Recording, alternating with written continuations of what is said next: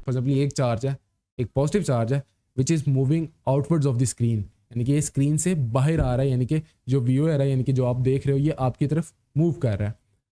तो इस पे जो मैग्नेटिक फील्ड की डायरेक्शन होगी वो using the right hand rule अगर मैं यूज़ करूँ तो ये जहाँ पे कर्ल कर रही है उस डायरेक्शन में, और ये थंब मेरा इंडिकेट कर रहा है टुवर्ड्स यू, तो ये उसकी वेलोसिटी की डायरेक्शन और ये उसकी मैग्नेटिक फील्ड जो उसकी वजह से उसकी मोशन की वजह से बन रही है उसकी डायरेक्शन है। तो अगर इसे मैं किसी एक्सटर्नल फील्ड में रखूँ, ठीक है, जो कि परपेंडिकुलर टू इट्स मोशन हो, ठीक है, यानी कि अगर ये इसके मोशन की डायरेक्शन है तो जो फील्ड है वो परपेंडिकुलर टू इट्स मोशन होनी चाहिए। ठीक हो गया। तो जब वो परपेंडिकुलर टू इट्स मोशन होगी तब वो क्या करेगी, एक साइड पे वो कंस्ट्रक्टिव कह लो कि इंटरफेरेंस कर रही है, दूसरी साइड पे डिस्ट्रक्टिव इंटरफेरेंस कर रही है, यानी कि एक साइड पे फील्ड स्ट्रॉन्ग हो रही है, दूसरी साइड पे हमारे पास वीक हो रही है। तो हमारे पास ये चार्ज क्या करेगा, ये from strong force to weak force जाएगा। सर जी आपके लेक्चर्स की टाइमिंग क्या होती है? यस एमन बेटा, मेरे जो लेक्चर्स हैं वो तकरीबन मैं कोशिश करता हूँ डेली हो, तो 6 days a week 8 PM to 9 PM।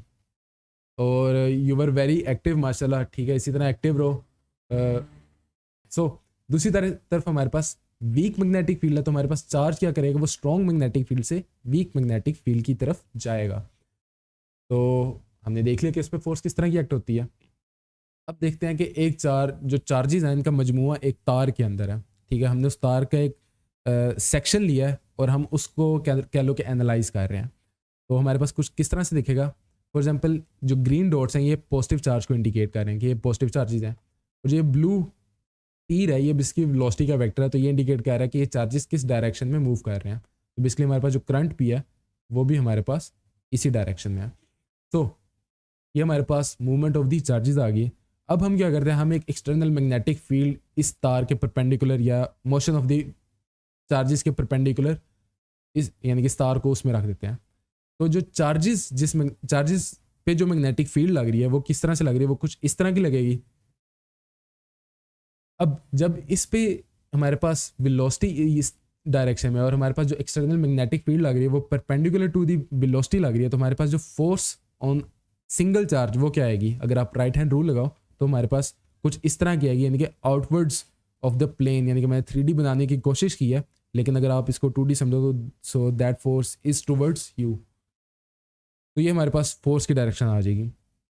तो बेसिकली अगर हम ये जितने भी चार्जेस इस सेक्शन के अंदर हैं, तो हम अगर बेसिकली इस तार पे जो लगने वाली टोटल फोर्स है वो निकाल लें और हमें ये पता हो कि इसके अंदर चार्जेस कितने हैं, तो हम उस टोटल फोर्स को, ठीक है, वो जितने भी चार्जेस हो n चार्जेस हैं उन पे डिवाइड करेंगे तो हमारे पास फोर्स होना सिंगल चार्ज आ जाएगी। ठीक है, वही हम निकालना चाह रहे हैं। ठीक है, इसको मैं FB कहूँगा और जो force on the total length of the wire है उसको मैं FNL कहूँगा यहाँ पे। तो वो अब हम किस तरह से कैलकुलेट करेंगे, तो सबसे पहले तो हमें ये देखना पड़ेगा कि बेसिकली चार्जेस हैं कितने इस सेक्शन ऑफ द वायर में। तो उसमें बेसिकली हम ये देखेंगे कि एक टाइम डेल टी में कितने चार्जेस लीव कर रहे हैं इस सेक्शन को। ठीक है, तो हम टाइम क्या कह रहे हैं कि L times V, L divided by V, L basically इसकी टोटल लेंथ है डिवाइडेड बाई हमारे पास वेलोसिटी V, तो हमारे पास टाइम आ जाएगा कि जो एक चार्ज इसके अंदर जितना टाइम गुजार रहा है। तो बेसिकली हम यही कैलकुलेट कर रहे हैं कि उस टाइम में कितने चार्जेस लीव कर रहे हैं। वालेकुम सलाम उसामा फारूक। सो हमारे पास जो टोटल चार्जेस जो लीव कर रहे हैं वो किसके इक्वल हैं, वो बेसिकली n टाइम्स Q के इक्वल है, जो टोटल चार्ज है। बेसिकली टोटल चार्जेस नहीं, n वो टोटल नंबर ऑफ चार्जेस हैं मल्टीप्लाई बाय Q, चार्ज होना सिंगल आइडेंटिटी की हम बात कर रहे हैं। तो अब यहाँ पे जो n है, हमने पीछे भी एक n पढ़ा, ये n उससे डिफरेंट है। वहाँ पे जो n था वो हमारे पास n is equals to number of turns यानी कि सॉलिनॉइड के केस में पढ़ा था डिवाइड बाय द लेंथ है। यहाँ पे जो n है ये बेसिकली इस वायर के केस में ये इसके चार्ज डेंसिटी, यहाँ पे भी चार्ज डेंसिटी है लेकिन यहाँ पे चार्ज डेंसिटी से मुराद ये है कि number of charges in a total volume. ठीक हो गया। तो बेसिकली अगर मैं n है तो अगर मैं इसको टोटल वॉल्यूम के साथ ये रिलेशन है, तो अगर मैं इसी रिलेशन को मैं लिख सकता हूँ n is equals to n times volume. ठीक है, तो बेसिकली इसकी जगह पे मैंने n की जगह पे मैंने ये रिप्लेस कर दिया है। ठीक है, ये स्मॉल n आ गया और ये हमारे पास क्या है, volume. Area multiply by the length, area ये हमारे पास area multiply by the length, तो ये हमारे पास एक सिलेंडर, अगर हम इस वायर को एज अ सिलेंडर डील कर रहे हैं तो ये हमारे पास इस सिलेंडर का वॉल्यूम है। ठीक हो गया। तो बेसिकली हमने क्या अभी तक हमने क्या निकाला है, हमने ये देखा है कि टोटल चार्ज कितना लीव कर रहा है इस specific section of the wire को।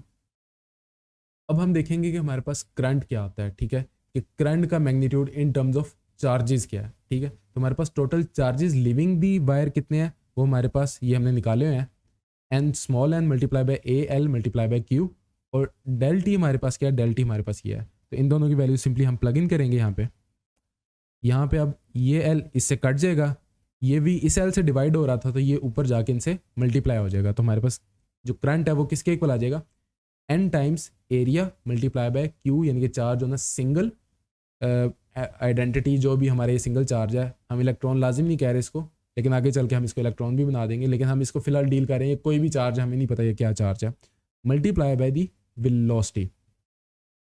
करंट आई आ गया हमारे पास। वंस अगेन हमने करना क्या है, हमने force on a single charge निकालनी है, उसके लिए हमें total force on the length यानी कि टोटल वायर पता होनी चाहिए। तो हम बेसिकली उसको डिवाइड कर देंगे बड़े एन के साथ, तो हमारे पास force on a single charge आ जाएगा। तो अब हम यहीं से वही करेंगे, हम force on a single total wire निकालेंगे। तो वो हमारे पास क्या आती है, F is equals to I times L cross B.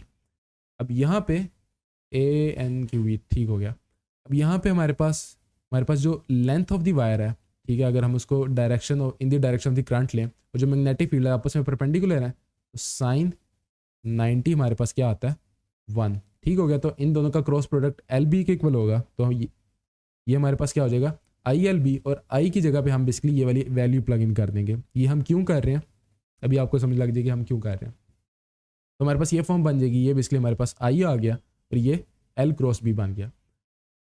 अब यहाँ पे हम इसको अभी वेक्टर फॉर्म में रहने देते हैं। ये जो v है ये बेसिकली वेलोसिटी वेक्टर ही है, लेकिन उसका सिर्फ मैग्नीट्यूड है, ये v वेक्टर नहीं है, ये v magnitude of the velocity है। अच्छा, अब ये v ये दोनों आपस में मल्टीप्लाई हो रहे हैं, तो इस v को मैं इस l के साथ भी मल्टीप्लाई कर सकता हूँ या b के साथ भी मल्टीप्लाई कर सकता हूँ।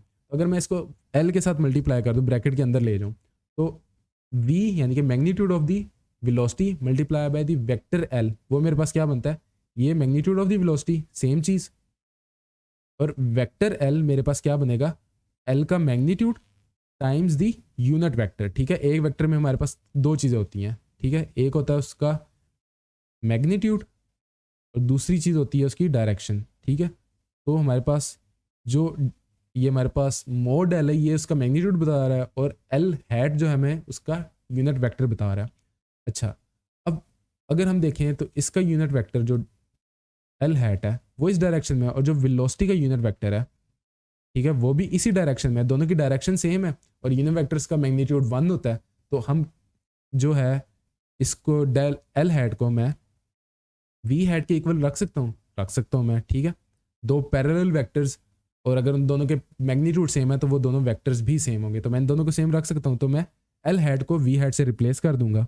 अब मैं ऐसा क्यों कर रहा हूँ, बेसिकली मैं ये चाह रहा हूँ कि जो वेलोसिटी है इसको मैं वेक्टर की फॉर्म में लिखूं और इसको मैं मैग्नीट्यूड की फॉर्म में लिखूं, इसलिए मैं ये सब कुछ कर रहा हूँ। तो मेरे पास ये फॉर्म बन जाएगी, इसलिए मैंने एल हैट को वी हैट से चेंज कर दिया। तो अब मैं देखूँ ये वी मोड यानी कि v magnitude times the v hat, मेरे पास वी वेक्टर बन जाएगा। तो मैं इसको लिख सकता हूँ कि एल वी वेक्टर यानी कि वी एल वेक्टर इक्वल है एल वी वेक्टर के। तो अब मैं इसको सिंपली यहाँ पे रिप्लेस कर दूंगा। कहाँ पे रिप्लेस करूँगा, इन दोनों का अगर मैं प्रोडक्ट लूँ उसकी जगह पे मैं एल यानी कि बेसिकली ये पहले ये था, अब मैं उसकी जगह पे ये लिख सकता हूँ। मैं ये क्यों लिख रहा हूँ, इट विल मेक सेंस सून, अभी मैं बताता हूँ मैं ऐसा क्यों कर रहा हूँ। ये फॉर्म आ गई हमारे पास, एल हमारे पास एक मैग्नीट्यूड है कांस्टेंट यानी कि एक स्केलर चीज़ है। अब यहाँ पे मैग्नीट्यूड ही सिर्फ ले रहे हैं, उसकी कोई डायरेक्शन नहीं ले रहे, तो हम उसको बाहर भी लिख सकते हैं। तो अगर हम इन दोनों का क्रॉस प्रोडक्ट लें, ठीक है, तो क्रॉस प्रोडक्ट हमारे पास क्या आएगा। अच्छा, अभी इसको क्रॉस प्रोडक्ट बल्कि हम रहने देते हैं, ठीक है, क्यों रहने देते हैं, इसलिए हम बाद में जो फोर्स होना सिंगल चार्ज है वो हम सिर्फ परपेंडिकुलर मैग्नेटिक फील्ड के लिए नहीं, वो हम वेरिंग मैग्नेटिक फील्ड के लिए भी निकालना चाह रहे हैं, तो इसलिए हम वी क्रॉस बी को सॉल्व नहीं कर रहे हैं। तो खैर हमारे पास F for the total length क्या है, ये है हमारे पास। अब हमने force on a single charge निकालनी है, तो वो क्या करेंगे, उसके लिए एन के साथ डिवाइड कर देंगे। अब एन हमारे पास क्या है, एन हमारे पास बेसिकली ये था, ठीक है, एन टाइम्स द वॉल्यूम, ठीक है, एन टाइम्स द वॉल्यूम क्यों था, बेसिकली स्मॉल एन हमारे पास total number of charges divide by the volume होता है, ठीक है। इसलिए ये इसके इक्वल है। तो सिंपली एन की वैल्यू हम यानी कि एन को रिप्लेस कर देंगे small n a multiply by l के साथ। ऐसा क्यों कर रहे हैं? क्योंकि हमारे पास ऊपर भी n times a multiply by l मौजूद है। तो जब हम कैपिटल एन को इन के साथ रिप्लेस करेंगे तो स्मॉल एन से कट जाएगा, एरिया से कट जाएगा, एल से कट जाएगा, तो हमारे पास पीछे क्या बचेगा? बेसिकली हमारे पास force on a single charge किसके इक्वल आ जाएगी? चार्ज का magnitude multiply by the velocity vector का cross product with the magnitude with the magnetic field vector. तो बेसिकली हमारे पास charge on a single electron या सिंगल चार्ज यहाँ से आ जाएगी। बी को बी के साथ मल्टीप्लाई नहीं किया, इसको रिपीट कर दें।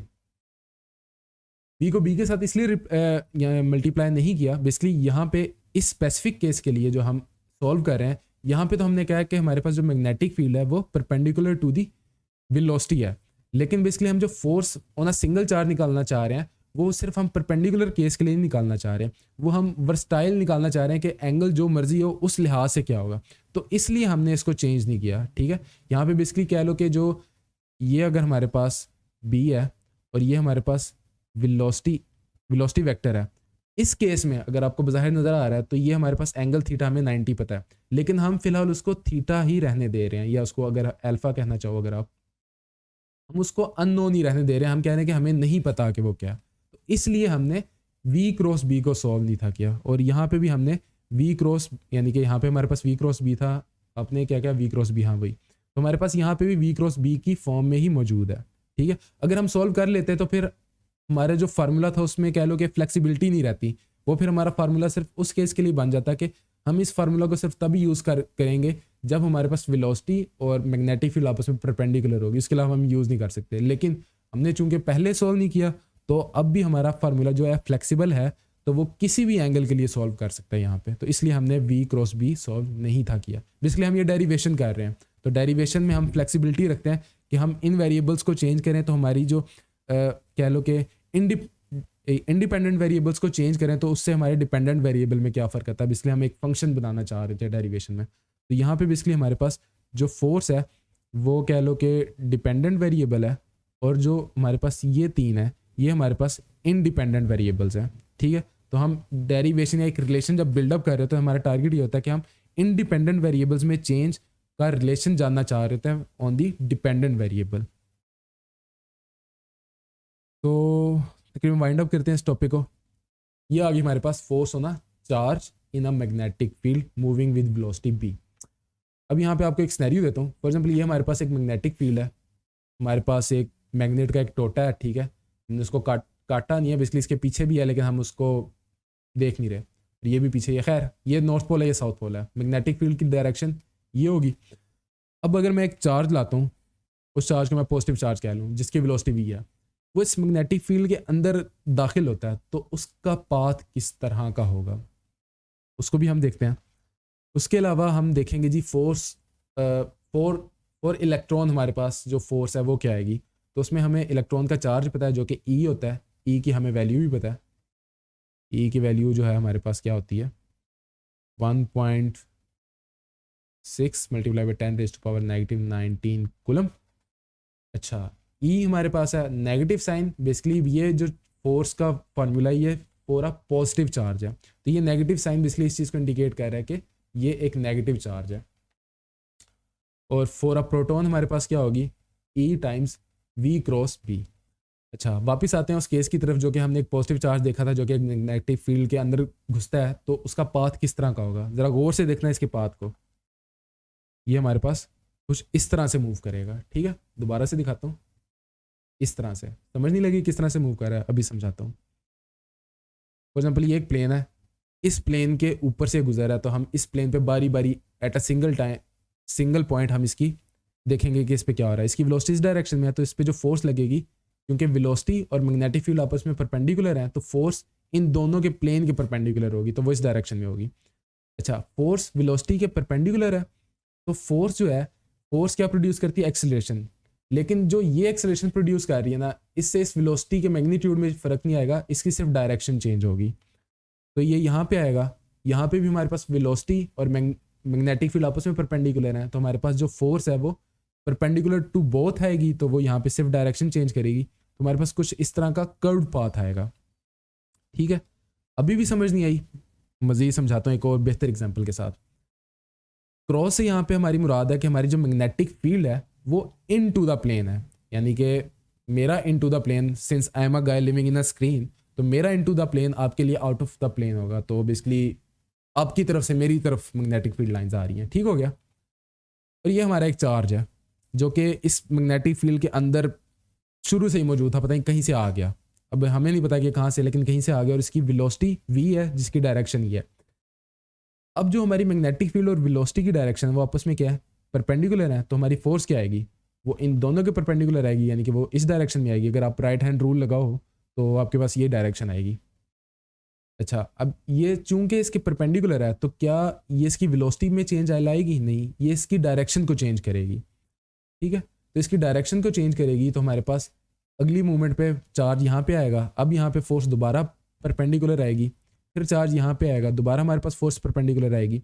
इसी तरह हमारे पास फोर्स इसी तरह हमेशा वेलोसिटी और मैग्नेटिक फील्ड के परपेंडिकुलर आएगी। तो अगर आप देखो तो हमारे पास ये जो चार्ज है ये एक मैग्नेटिक फील्ड के अंदर एक सर्कुलर पाथ में ही मूव करता जाएगा अगर तो वेलोसिटी और मैग्नेटिक फील्ड आपस में परपेंडिकुलर है। वंस अगेन मैं बता रहा हूँ कि वेलोसिटी एंड मैग्नेटिक फील्ड के दरमियान में जो एंगल है, ठीक है, वो हमारे पास 90 है, उस केस में सिर्फ होगा। तो खैर अब यहाँ पे देखो तो हमारे पास एक सर्कुलर पाथ बन रहा है। ठीक है, तो बेसिकली हमारे पास कोई भी चार्ज पार्टिकल अगर एक मैग्नेटिक फील्ड के परपेंडिकुलर ही जा रहा है तो वो एक सर्कुलर पाथ बनाएगा। जबकि फॉर एग्जांपल अगर हमारे पास एक इलेक्ट्रिक फील्ड होती, ठीक है, बल्कि वो इलेक्ट्रिक फील्ड का टॉपिक आएगा, उसी में मैं आपको इन डेप्थ बताऊंगा कि इलेक्ट्रिक फील्ड में एक चार्ज किस तरह से मूव करता है और मैग्नेटिक फील्ड में किस तरह से मूव करता है और दोनों में डिफरेंस क्या आता है। तो इसी के साथ तकरीबन हमारे टॉपिक का इख्तिताम होता है। अच्छा, जो अभी मैंने आपको सर्कुलर की एग्जांपल दी, जो सर्कुलर पाथ की एग्जांपल दी, ये बेसिकली मेरे सेकंड सेमेस्टर की फिजिक्स की लैब में हम एक एक्सपेरिमेंट कर रहे हैं। तो ये बेसिकली हमारे पास जो गन है ये एक इलेक्ट्रॉन गन है और ये इलेक्ट्रॉन्स एमिट कर रही है। तो चूंकि इसके अंदर एक गैस है, मेरे ख्याल से हीलियम गैस है, तो जिसकी वजह से हम इसके पाथ को देख सकते हैं। तो बेसिकली हमारे पास ये जो आपको दो सर्कुलर डिस्क नज़र आ रही हैं, ये बेसिकली आपके पास एक दो कॉइल्स हैं, तो ये एक सॉलिनॉइड की तरह एक्ट कर रहे हैं। तो इसके अंदर यूनिफॉर्म मैग्नेटिक फील्ड है, परपेंडिकुलर टू इट्स पाथ है, तो ये एक सर्कुलर पाथ कुछ इस तरह का बनेगा। ठीक हो गया। बाकी आगे चल के हम E/m रेशो को में इसको इन डेप्थ भी देखेंगे। तो इसी के साथ आज के लेक्चर का इख्तिताम